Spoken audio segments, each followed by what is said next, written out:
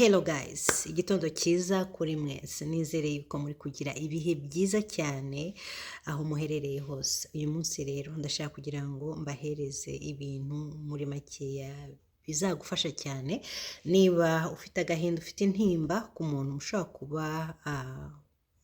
kuba ukunda ariko ubona yuko elle s'en fout, ibintu bikagutesha umutwe. Wabibayemo muri 2025 tugiye muri 2026, ibi bintu uracyabirimo.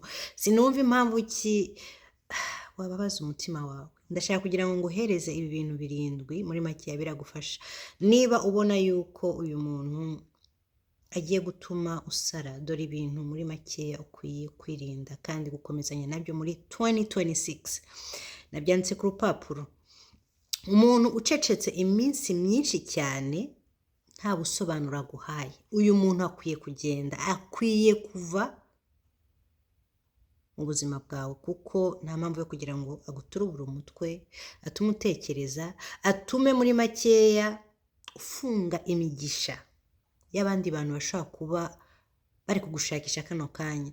Umuntu nk'uyu nguyu muri makeya nta busobanuro kandi yacecetse, kandi uzi neza yuko umukunda kandi nawe arabizi yuko ubikora bikurimo, ariko urabona yuko wacecetse, nta mwanya gufitiye, so nta mwanya kugira ngo umuteho muri 2026. Ibintu nimbivuga byose ubirebe niba bimuranga, nicyo kiraza kugufasha. Umuntu wandikira, umuntu uhamagara, uyu muntu agafata iminsi 2-3 cyangwa icyumweru, urabona muri makeya nta gusubiza cyangwa se nta gufitiye umwanya. Why to waste your time?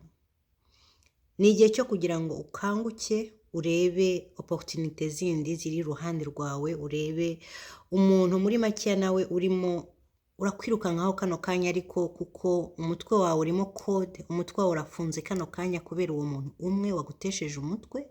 Urabona yuko uramuhamagara nta gusubizo, uramwandikira nta answer.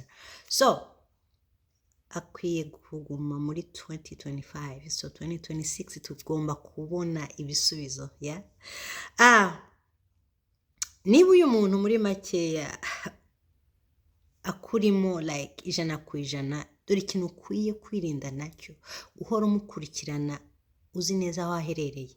Ibi ni ibintu behavior ashobora kuba ari gukora ariko nawe ukora, ariko ukwiye kwirinda. Niba uzi neza yuko ukora uko ushoboye kose kugira ngo roho ituze, ukagenda ukamushakisha aho ashobora kuba arimo arakina umupira, arimo arafata akantu somewhere, arimo ahantu tutazi aho aherereye, ariko aho hantu urahazi, ukahahora nk'ibirindiro, nk'umusirikare.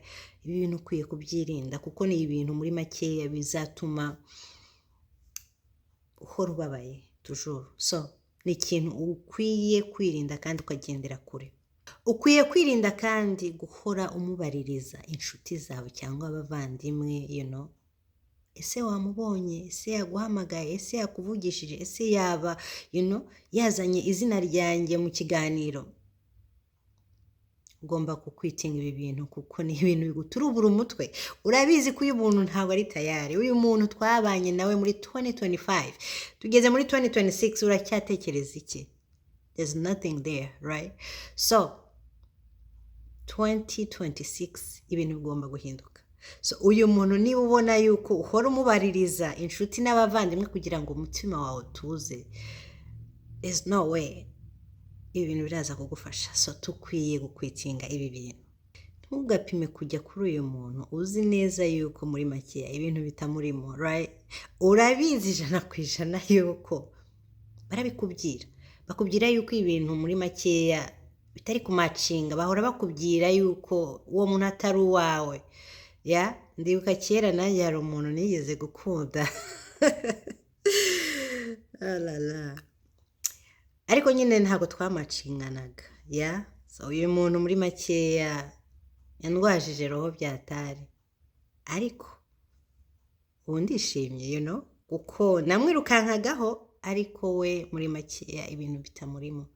So you guys, you need to pay attention. Kwirukanka ku muntu uzi neza yuko ibintu bitari muri we, ni ibintu bivuna cyane, ni ibintu bibabaza, ni ibintu bituma ugira depression, ni ibintu bituma, oh my god, sinzi icyo navuga. So niba uri guhura n'iki kibazo uzi neza yuko uyu muntu akwegeza, uyu muntu abikwereka yuko ibintu bitamurimo, ntute umwanya wawe, ugomba kumuvinga on. Ubuzima bwakomeza, life, ubuzima ni bwiza cyane, ubuzima ni bwiza imbere. Alright? So, kintu hano cya gatandatu, ntuzakore ikosa ryo gukurikirana umuntu urimo urarwanirirwaho n'abandi. Uyu musore cyangwa se uyu mukobwa urabizi neza yuko hari undi muntu urimo urarwana kugira ngo umwegukane, ariko uzi agaciro kawe. Uzi ko one day uzaba umuntu ukomeye cyane, uyoboye urugo cyangwa se uri umudamu. Nta mwanya wo kugira ngo ute kano kanya urwana n'umuntu mukubitana amacupa, muterana amagambo, ujya kumutangira hariya, murebana nkaho muri gupfa ikintu muri make gifite akamaro kenshi. Uyu muntu se nakwegukana mu by'ukuri, wabibonaga yuko yarwanaga ashaka kugira ngo ajye hariya nawe ujye hano, ni iyihe shusho bizaguha? Menya agaciro kawe, menya zahabu ufite muri wowe, menya uwo uri we, urwane ku butwari bwawe. Nta mpamvu yo kugira ngo urwane n'undi muntu kubera uyu muntu yitambitse, cyangwa se uyu muntu muri make ari gutuma imitwe yanyu irwana kugira ngo ningewe ndaho ngaho hagire unyegukana. No, just subira inyuma, uhagarare kigabo, umenye yuko uri umuntu udasanzwe, umenye yuko uri igitangaza, umenye yuko nta rukweto rubura urwayo. So nta mpamvu yo kugira ngo urwane n'uriya mukobwa cyangwa uriya musore kuko muri gupfa uyu muntu. No, ibintu bikwiye guhinduka muri 2026. Iki kintu cya nyuma kirakomeye cyane. Uzi uburyo agukoresha, uzi uburyo umeze nk'agatebo k'ivu, uzi uburyo azi neza yuko uri nothing kandi nta plan afite kuri wowe, kuko azi neza ko anytime narangizanya nawe ubuzima buzahita burangira. Ntuzemere yuko agukoresha kuko uri available kuri we. Wikureho buri kintu cyose, wikureho ubumuntu bwawe, cyangwa se wikureho reputation yawe kubera we, kubera urukundo. Ndabyumva biravuna cyane, ariko you have to change this. Uri umuntu muri makeya udasanzwe, nta mpamvu yo kugira ngo anytime baguhamagare uba uri available kuko bagiye kugukoresha, kuko hari ibintu muri makeya ukwiye gukora kugira ngo ugume muri uwo mubano. There is no way. Ugomba guhindura ibi bintu muri 2026, kubera yuko nutabihindura uzisanga muri makeya ubabaye turangiza uyu mwaka. So, ugomba kumenya umuntu ki muri kumwe n'icyo agushakaho. Ugomba kumenya ukuri muri uwo mubano. Ese nkurimo koko murimo 100%? Ese mpawe agaciro nkenewe? Ese muri makeya ndumva ndi safe? Ese muri makeya ndumva nkunzwe 100%? Ibi ni byo bibazo ukwiye kwibaza mbere yuko ukomeza wigora, wibabaza, wicumitiye ntwaro mu mutima. Urukundo ni indwara ikomeye pe, cyangwa cy'abahanzi baririmbye, kandi itavuwe yakwica nk'izindi zose. So be careful ku muntu uwo ari we wese wegera wibaza yuko mukundana cyangwa se agufitiye urukundo.